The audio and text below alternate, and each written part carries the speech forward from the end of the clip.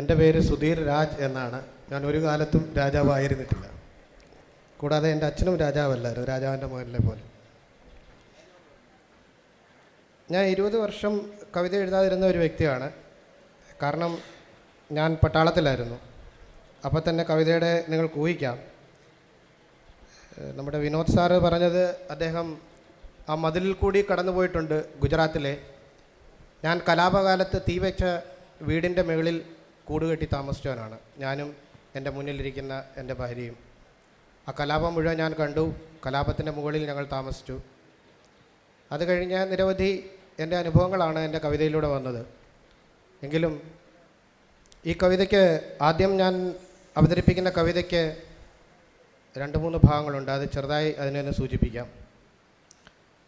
അഹമ്മദാബാദിലെ ഏറ്റവും പ്രധാനപ്പെട്ട സ്ഥലം ലാൽ ദർവാസ എന്ന് പറഞ്ഞ സുൽത്താൻ അഹമ്മദ് നിർമ്മിച്ച ഒരു കവാടമാണ്. ആ ലാൽ ദർവാസയിലെ ഏറ്റവും മെയിൻ സ്പോട്ട് എന്ന് പറയുന്നത് ഒരു ചായക്കടയാണ്. നേരത്തെ പറഞ്ഞ് എന്തൊരു ഐറണി! ആ ചായക്കട നിലനിൽക്കുന്നത് ഒരു ജാറത്തിലാണ്, ഒരു സൂഫി അടക്കി. ആ ജാറത്തിൽ എല്ലാ മനുഷ്യരും ചായ കുടിക്കുന്ന സമയത്ത് അപ്പുറത്ത് ഔലിയാകളും ഒക്കെ കവാലികൾ പാടുകയും മയിൽപ്പീലി ഒഴിയുകയൊക്കെ ചെയ്തുകൊണ്ടിരിക്കും. ആ ജാറത്തിന് പിന്നെ എന്ത് സംഭവിച്ചു എന്ന് ഞാൻ നിങ്ങളോട് പറയേണ്ട കാര്യമില്ല. അടുത്തത് ഷാബാസ് കലന്തർ എന്ന സൂഫി പാകിസ്ഥാനിലെ സഹവനിലുള്ള, അവിടെ നാനാജാതി മനസ്തർ നൃത്തം ചെയ്യുന്ന ധമാൽ എന്ന് വിളിക്കുന്ന എല്ലാം മറന്ന് അള്ളാഹുവിലേക്ക് ചേരുന്നതിന് നടുക്ക് വീണ ബോംബാണ്. മൂന്നാമത്തേത്, ഞാൻ IPKF-ൻ്റെ ഭാഗമായിരുന്നു. ശ്രീലങ്കയിൽ യുദ്ധം ചെയ്ത് ഞാൻ ആക്റ്റീവായി പങ്കെടുത്തില്ലെങ്കിലും ആ യൂണിറ്റിൻ്റെ എക്സ്റ്റൻഷൻ ആയിരുന്നു ഞാൻ.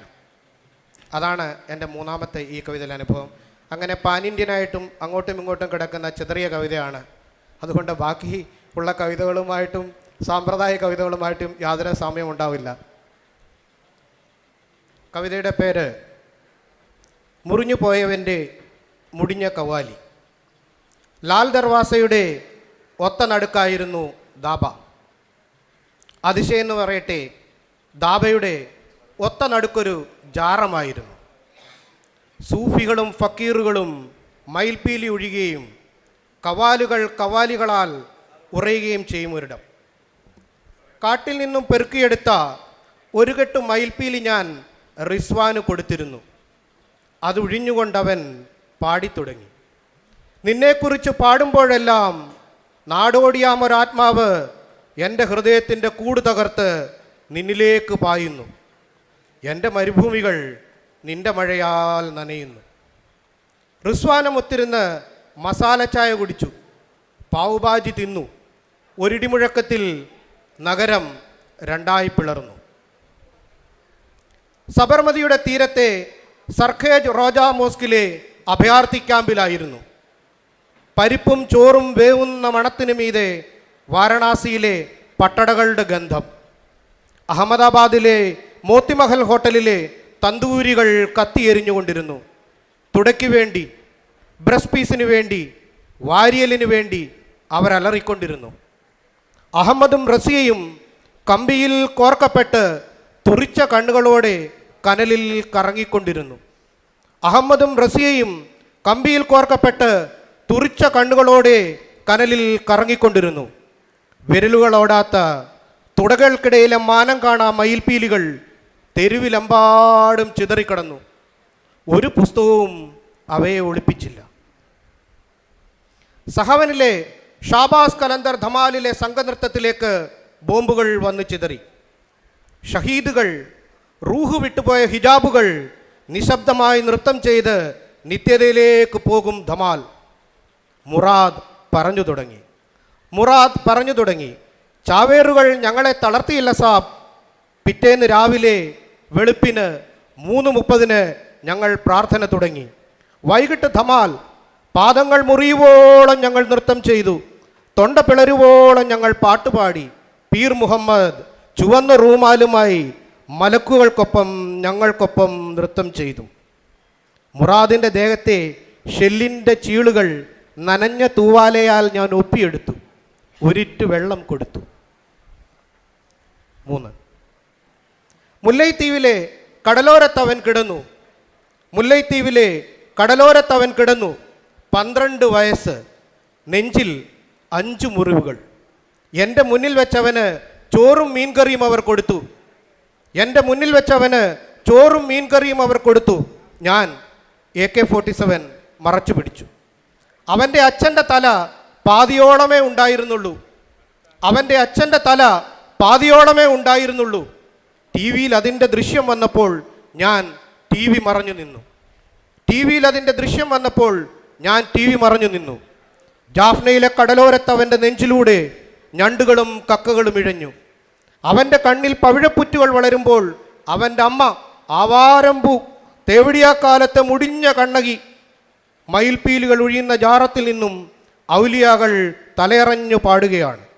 മയിൽപ്പീലുകൾ ഒഴിയുന്ന ജാറത്തിൽ നിന്നും ഔലിയാകൾ തലയറഞ്ഞു പാടുകയാണ്. കണ്ണില്ലാ കിളികളെ, കൂട് തകർത്തവൻ്റെ വിളക്കിലേക്ക് പായും ചരട് പൊട്ടിയ പട്ടങ്ങളെ, കണ്ണില്ലാ കിളികളെ, കൂട് തകർത്തവൻ്റെ വിളക്കിലേക്ക് പായും ചരട് പൊട്ടിയ പട്ടങ്ങളെ, ആവാരം പൂക്കളെ. Thank you. രണ്ടാമത്തെ ഒരു ചെറു കവിത എനിക്ക് പറഞ്ഞ ഒരെണ്ണം കൂടെ ചൊല്ലാമെന്ന് ക്ഷമിക്കുക, സദയം ടൈം ഉള്ളതുകൊണ്ട് ചെറു കവിതയാണ്. അതെൻ്റെ ഹൃദയത്തോട് പ്രിയപ്പെട്ടതാണ്. എൻ്റെ വീടിനടുത്ത് ഒരു പാലമുണ്ട്, കാവടിപ്പാലം എന്നാണ് അതിൻ്റെ പേര്. എൻ്റെ അപ്പൂപ്പൻ വള്ളം കുത്തി വന്നിരുന്ന ഒരു പാലമാണത്. അതിൻ്റെ പേര്, ആ കവിത 2 മിനിറ്റ് കൊണ്ട് തീരും. ഇത്രയും നിശബ്ദമായൊരു രാത്രിയിൽ അപ്പൂപ്പൻ വള്ളമൂന്നി ഇവിടെ എത്തുമ്പോൾ ഒരു പാട്ടുപാടും. അമ്മൂമ്മ അത്താഴത്തിന് അരിയിടും. അരി തിളയ്ക്കുന്ന മണം ഷാപ്പ് വരെ എത്തും. അപ്പൂപ്പൻ കക്കായിറച്ചി പൊതിഞ്ഞെടുക്കും. ഇടറുന്ന കാലുമായി ഇരുട്ടിലൂടെ നടക്കും. ഒരിക്കലും വീടെത്തില്ല. അരി തിളയ്ക്കുന്ന മണം കാറ്റിലൂടെ കെട്ടുപൊട്ടിയ വള്ളം പോലെ ഒഴുകും. കാത്തുകാത്തിരുന്ന് അമ്മൂമ്മ വള്ളപ്പാട്ട് കേൾക്കും. ഒരു മത്തിയും കൂടെ വറക്കും. കാറ്റിലിങ്ങനെ മണം പരക്കും. മണം പിടിച്ച് അപ്പൂപ്പൻ ഇങ്ങനെ വീടെത്തും. ഒഴിഞ്ഞ അടുപ്പുകല്ല് മാത്രം കാണും. ഒഴിഞ്ഞ അടുപ്പുകല്ല് മാത്രം കാണും. ചങ്കരപ്പ് ബാക്കി വെച്ച ഒരു നിലവിളി അടുക്കളയിൽ ഇരുന്നു കരയും. ഇവിടം എന്നൊരു സ്ഥലമില്ലാത്ത പോലെ കായലൊന്നും മിണ്ടില്ല. ശ്വാസം അടക്കി പിടിച്ച് ഇങ്ങനെ കിടക്കും. ഇരുട്ടിൽ അവർ തമ്മിൽ കാണണേ കാണണേ എന്ന് കാറ്റിനെ കൊണ്ട് പ്രാർത്ഥിപ്പിക്കും. ഇരുട്ടിൽ അവർ തമ്മിൽ കാണണേ കാണണേ എന്ന് കാറ്റിനെ കൊണ്ട് പ്രാർത്ഥിപ്പിക്കും. ഇത്രയും നോവ് നിറഞ്ഞൊരു രാത്രിയില്ലെന്ന് കായലു തന്നെ പറയും. ഇത്രയും നിശബ്ദമായൊരു രാത്രിയില്ലെന്ന് ദൈവം തന്നെ പറയും. Thank you. നന്ദി.